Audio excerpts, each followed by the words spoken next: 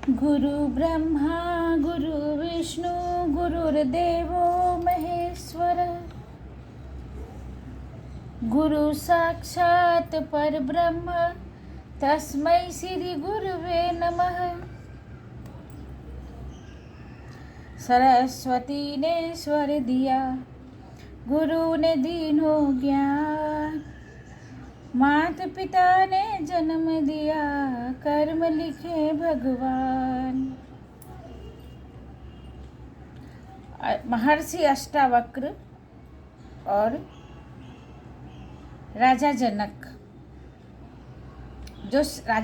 जो शिष्य हैं, महर्षि अष्टावक्र गुरु हैं। राजा जनक और गुरु अष्टावक्र दोनों एकांत कक्ष में गए, क्योंकि गुरु को शिष्य की आवश्यकता थी, शिष्य को गुरु की आवश्यकता थी। और सभी से क्या मतलब। एकांत कक्ष में गए और यथास्थान बैठे, अपनी अपनी जगह पे बैठे। जिज्ञासु को व्याकुल होना ही चाहिए। और जनक की व्याकुलता उनको गुरु अष्टावक्र के साथ जाने पे मजबूर कर दी। मुनि कुमार अष्टावक्र आसन पर बैठे थे और शिष्य जनक उनके चरणों में। जनक के आंखों में जिज्ञासा थी। जिज्ञासा लिए हुए जनक एकटक अपने गुरु को देख रहे थे। मनोहर बाल स्वरूप में अष्टावक्र का तेजस्वी मुखमंडल आभा युक्त था और इच्छुक राजा जनक ने विनीत स्वर में दिल में इच्छा रखते हुए अपने गुरु से वंदना करते हुए अपनी जिज्ञासा प्रकट की। अब आप जो भाव मैं कहूँ, महर्षि अष्टावक्र ने कहा, जो भाव मन को स्पर्श करेगा तभी आपको आत्मबोध हो जाएगा।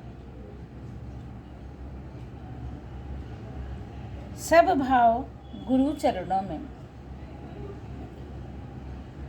प्रथम संस्करण प्रकरण जैसा कि बीत चुका है आत्म साक्षात्कार का, जिसमें महर्षि अष्टावक्र ने राजा जनक को बताया कि आत्मा परमात्मा का अंश है और आत्मा अपनी जीवन यात्रा पूरी करके पुनः परमात्मा में विलीन हो जाती है। द्वैतवाद का यही मत है कि आत्मा अपनी जीवन यात्रा पूरी करके जन्म लेती है और अपनी जीवन यात्रा पूरी करके पुनः परमात्मा में विलीन हो जाती है। क्योंकि इस चीज को जनक का, राजर्षि जनक का या शिष्य जनक का मन इस चीज को मानता नहीं था। जो ऐसा गुरु उनको चाहिए था जो अपनी बात कहे और विरोधियों की बातों का, गलत बातों का प्रामाणिक खंडन करे, तर्क सहित खंडन करे और फिर तुरंत बोध करा दे, तुरंत ज्ञान दिला दे, जिससे शिष्य को किसी प्रमाण की आवश्यकता न रहे। और गुरु वाक्य, जो शिष्य है, गुरु वाक्य को ब्रह्म वाक्य समझता है। ऐसा अनुभव वही गुरु करा सकते हैं जिन्हें आत्मबोध हो। और ये महर्षि अष्टावक्र को था। 12 वर्ष की अवस्था में महर्षि अष्टावक्र को था और उन्होंने आत्म साक्षात्कार, जनक जी को आत्म साक्षात्कार कराया। यह समस्त विश्व तुझ में समाया है और तू समस्त विश्व में सत्य यही है कि तू विश्व है, विश्व ही तू है। तू सर्वदा मुक्त और शुद्ध स्वरूप है। बस क्षुद्र छोटी छोटी प्रवृत्तियां तेरे चित्त को, हृदय को, दिमाग को भ्रमित करके तुझे विकारों का प्रिय बना देती है और तू सत्य से दूर हो जाता है।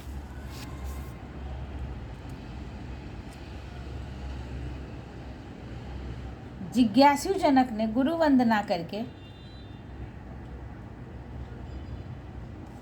अष्टावक्र महर्षि से विनय पूर्वक प्रश्न किया और उन्होंने निराश नहीं किया। उन्होंने सबसे पहले आत्म साक्षात्कार कराया।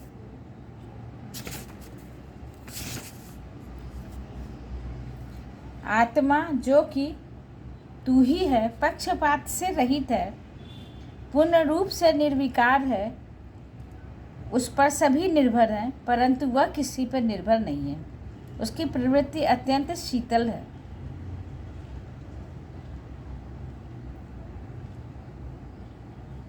जब आत्मा का साकार रूप को वास्तविकता मत समझो। उसका रूप निराकार, ज्ञानपूर्ण, अटल और अपरिवर्तनशील है। जिसने भी इस एक तत्व का उपदेश हृदय में धारण किया वह जन्म जन्मांतर के बंधन से मुक्त हो गया, अर्थात फिर उसका पुनर्जन्म नहीं हुआ। जिस प्रकार दर्पण में अपना प्रतिबिंब देखने पर अंदर बाहर सब हम एक ही दिखाई देते हैं, उसी प्रकार आत्मा ही ईश्वर है, ईश्वर ही आत्मा है। जो तुम बाहर हो वही तुम भीतर हो। आत्मा रूप ईश्वर सभी देहधारियों के अंदर विराजमान है। जब समझ लिया कि परमेश्वर उसके अंदर बाहर व्याप्त है, तब तो वो उसे प्राप्त कर गया। जब आत्मबोध हो गया, सब कुछ घट गया, यह घटना ही मुक्ति का प्रथम सोपान है। मुनि महर्षि अष्टावक्र प्रथम प्रकरण में अपने जिज्ञासु शिष्य की आत्मा के महत्व को समझा देते हैं। शिष्य जब ज्ञान के प्रथम सोपान पर आकर अब उसमें व्याप्त अनुभव करके आश्चर्यचकित है। भ्रम के संजाल को क्षण भर में छिन्न भिन्न कर दिया। सार क्या बताया? प्रथम प्रकरण में तू आत्म है, विशुद्ध बोध है, तू सर्वव्यापी है, तू ही ब्रह्म है। महागुरु हमारा, महान गुरु हमारा ऐसा होना चाहिए जैसे घड़ा है। कुम्हार घड़े को बनाता है, बाहर से चोट मारता है और अंदर से सहारा देता है, शेप देने के लिए, आधार देने के लिए कि वो घड़ा बन जाए। कप बनाना है, ग्लास बनाना है, प्लेट बनाना है, सबके लिए अंदर अंदर वो सहारा देता है और बाहर बाहर से चोट मार के उसको बराबर करता है। उसी प्रकार हमारा गुरु होना चाहिए, जो हमें गुरु क्रमार शिष्य कुंभ है, गड़गड़ काढ़े खोट, अंतर हाथ सहार दे, बाहर बाहे चोट। अज्ञानी मनुष्य इस घड़े को घड़े से ही लगाते हैं, लेकिन ऐसा नहीं है। हमारा गुरु कुम्हार के समान है और अपने शिष्य का पूरा भला करता है। और सृष्टि स्वयं ब्रह्मा से सृष्टि का निर्माण किया और वही एकमात्र नियंत्रण है। सृष्टि स्वयं संचालित है, स्वयं स्वनिर्मित है। सर्वप्रथम एक था, उसकी इच्छा हुई अनेक बनने की, वह अनेक हो गया। और अज्ञानी ने पृथक पृथक अलग अलग सबको अलग मान लिया, जबकि ज्ञानी के लिए अनेक ही एक है, एक ही अनेक है। इस प्रकार प्रथम प्रकरण समाप्त हुआ और द्वितीय प्रकरण में मुनि कुमार अष्टावक्र ने दिया तो आत्म साक्षात्कार का ज्ञान, लेकिन उसके बाद जनक ने, राजर्षि जनक ने, शिष्य जनक ने क्या अनुभव किया, इसी को अब सुनिए क्या अनुभव किया।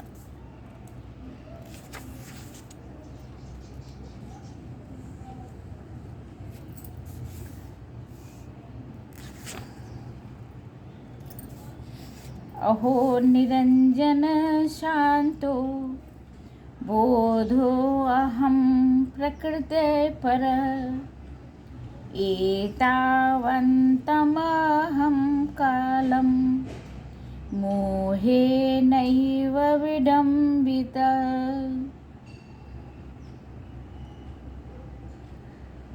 राजा जनक ने क्या अनुभव किया? राजा जनक को गुरु वचनों से आत्मबोध हो गया और वे अनायासी कह उठे, हाँ, यह कितने आश्चर्य की बात है कि मैं आत्मरूप निरंजन, पूर्ण शांत, विशुद्ध, बोध और संसार से विराग हूँ, विलग हूँ, दूर हूँ। यह मैंने आज जाना, क्योंकि एक ही अनेक है और अनेक में एक है। कैसी विडंबना है जो मैं जीवन भर मोहग्रस्त रहा, मोह में फंसा हुआ था। विवेचना, घोर अंधकार में इधर उधर मनुष्य को जैसे एकाएक तेज प्रकाश आँखों की रोशनी को थोड़ी देर के लिए छीण कर देता है, कुछ भी दिखाई नहीं देता, अर्थात चौंधिया जाती हैं आँखें। वही स्थिति राजा जनक की हुई। गुरु द्वारा आत्मा के विषय में जो कहा गया वह क्षण भर में घट गया। विशुद्ध बोध विस्फोटक की भांति हुआ। जैसे एक विस्फोट, आप पटाखा चलाइए, विस्फोट हुआ, ज्ञान का विस्फोट हुआ और वह स्तब्ध कर गया। कितना सरल, कितना सहज था उसे पाना। कहाँ कहाँ नहीं खोजा और पाया वहाँ, जहाँ की खोजा भी नहीं। ऐसी जगह खोजता रहा जहाँ की मुझे मिले नहीं, और जहाँ मिलना था वहाँ खोजा भी नहीं। खोलते कैसे? सांसारिकता ने विस्मित कर दिया था, मोह माया के प्रपंच ने विस्मित कर दिया था, भ्रम में डाल दिया था। जो करा दिया, सत्य स्थल तो स्वयं है, दृष्टा तो स्वयं है। भौतिक सुखों ने आत्म रूप के विकारों के आवरण में जो ढक दिया था, जीवन भर देह की सेवा करते रहे और इस छटपटाहट में अनेक कष्ट पाते रहे। सही कह रहे हैं कि गलत? इस शरीर को मलमल के धोया, मलमल के किया, अपनी उंगली को अपना समझा, अपने रिश्ते नातों को अपना समझा, मोह के योग रूपी माया में ऐसा जकड़ गया कि मैं किसी को समझ भी नहीं पाया। आज सद्गुरु ने आत्मज्ञान की चिंगारी से सब आवरण हटा दिए, जला दिए, सत्य से परिचित करा दिया। जनक तो आश्चर्यचकित रह गए, उनकी आंखें फटी की फटी रह गईं। वाह, मैं निर्दोष, निर्विकार और पूर्ण बुद्ध था और मुझे ही यह कभी ज्ञान नहीं हुआ। यह कैसी दुख वाली बात है, विडंबना है कि मैं स्वयं को भूला रहा। लिप्साओं ने, इच्छाओं ने इतना विवेक शून्य कर दिया, कामनाओं ने इतना वशीभूत कर दिया, देहाभिमान के पास इतना कुटिल कठोर हो गए कि मैं स्वयं को इस शरीर का दास बनाकर विकारों का पोषण करता रहा। मैं तो जड़वत रहा, मैं तो एक जगह स्थिर रहा, जबकि चेतना मेरे भीतर थी और मैं चैतन्य था। मुझे मेरी ही महत्ता का ज्ञान नहीं था।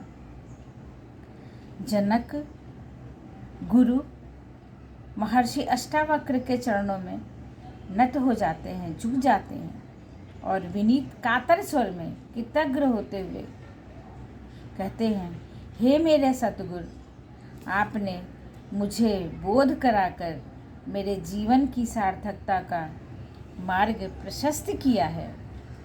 आज मुझे ज्ञात हुआ कि मैं देह नहीं आत्मा हूँ।